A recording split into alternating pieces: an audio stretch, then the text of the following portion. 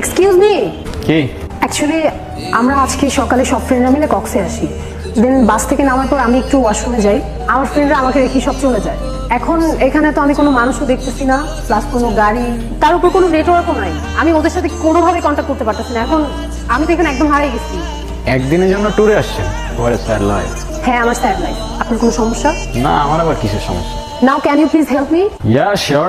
আমরা সব ফ্রেন্ডরা মিলে ইনানি বিচে যাওয়ার কথা। আমি শিওর আমার ফ্রেন্ডরা ওই বিচের আশেপাশেই আছে। কারণ আমার সেখানে আপনাকে নিয়ে যেতে হবে।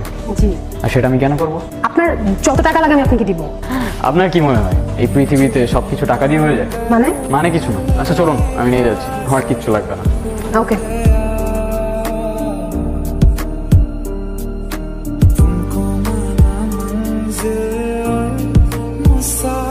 আচ্ছা, আপনি কোথায় যাচ্ছিলেন?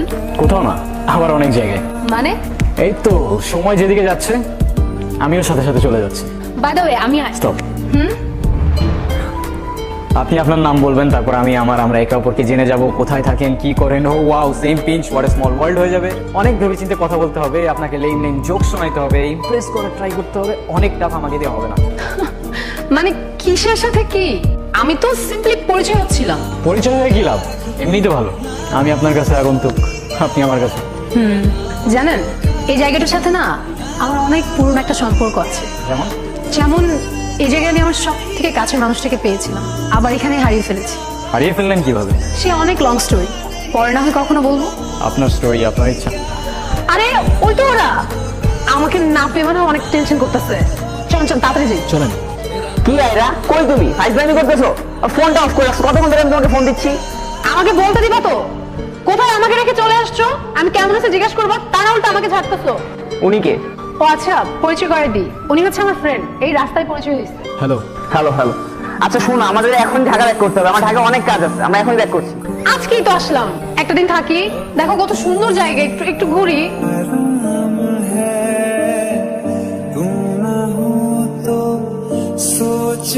আচ্ছা তোরা তোল, আমি একটু আসতেছি। হ্যাঁ,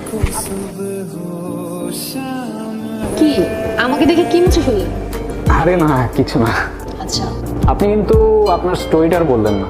সত্যি কথা বলতে স্টোরিটা শেয়ার করতে আসছি। অনেকদিন ধরে কাউকে শেয়ার করা হয় না। কথাগুলো শেয়ার করলে না পুরোনো মুহূর্তগুলো আবার জীবন্ত হয়ে ওঠে। ফ্যাক্টস। শুরু করব? এরশাদ। সময়টা ছিল তখন, হ্যাঁ আমি ক্লাস 8-9-এ পড়ি। বাবার বদলি হয়ে যায়, আমি এখানে চলে আসি। এখানে স্কুলে ভর্তি হই। প্রতিদিন স্কুলে যাওয়ার সময় ওই ছেলেটা একটা করে চিঠি লিখে। প্রথম কয়েকদিন তো আমি কখনোই চিঠি নিতাম না, কিন্তু একদিন চিঠি না নিয়ে আর পারলাম না। এত সুন্দর করে কথাগুলো লিখতো।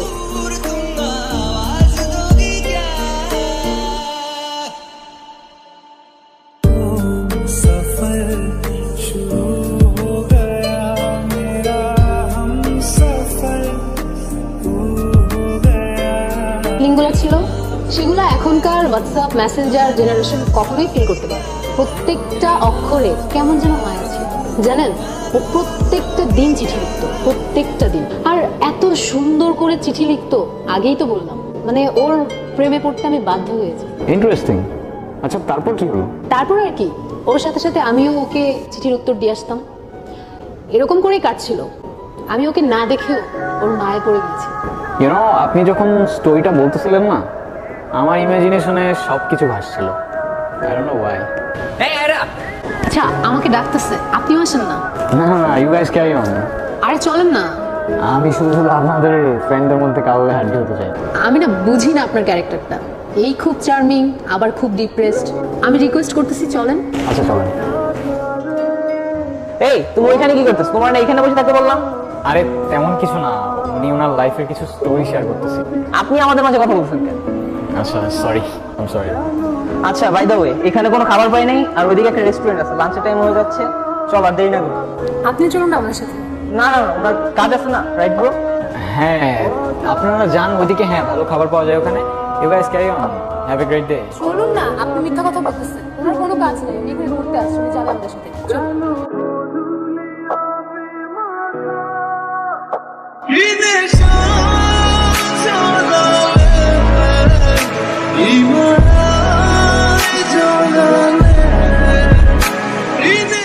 আচ্ছা, আপনি কিন্তু আপনার স্টোরিটা শেষ করলেন না।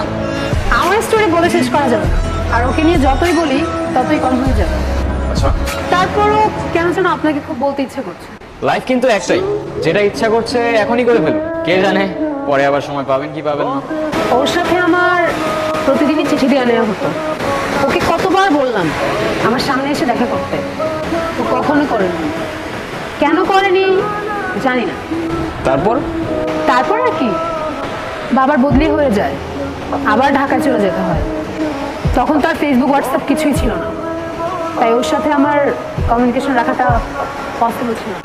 আমি ওকে অনেক খুঁজেছি জানেন, কিন্তু পাইনি। আমার সবচেয়ে বড় আফসোসটা কি জানেন? কি? যাকে আমি এতটা ভালোবেসেছি, যার মায়া এতটা পড়ে গিয়েছিলাম, তাকে আমি কখনো দেখিনি। আপনার চোখে পানি কেন? কিছু না, এমনি। আপনি ওকে খুব ভালোবাসতেন তাই না? তাহলে ওই ছেলেটাকে বিয়ে করছেন যে? ওর সাথে আমার ফ্যামিলিগত বিয়ে, ওই যে দেশি কালচার, বিয়ে তো একটা করতেই হবে, সেটাই করছি। ভালো থাকবেন। হয়তো। আচ্ছা, আমার না চলে যেতে হবে, আমার হাতে আজ তেমন সময় নাই। আমার আজকে রাতেই ফ্লাইট, মিস করা যাবে না। চলে যাচ্ছেন? হ্যাঁ। I have something for you. কি? This is for you. আমার জন্য? আমার জন্য হয় কিভাবে? আপনার সাথে তো আমার আজই পরিচয়। এটা কিনলেন কখন? আপনি মজা করছেন তাই না? সময় হলে ঠিক বুঝতে পারবেন। আসি, ভালো থাকবেন, নিজের খেয়াল রাখবেন, আর ফাঁকে থাকলে আবার দেখা হবে।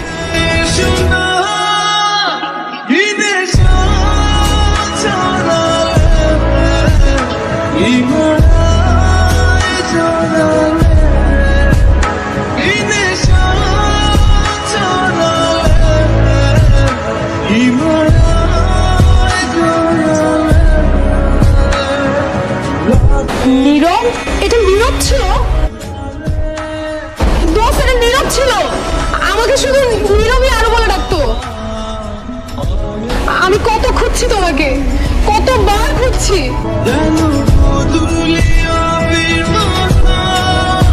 আবার এত কাছে পেয়ে হারিয়ে ফেললাম। আরও আমি ছোটবেলা থেকেই খুব ইন্ট্রোভার্টেড ছিলাম, কারোর সাথে কথা বলতে পারতাম না।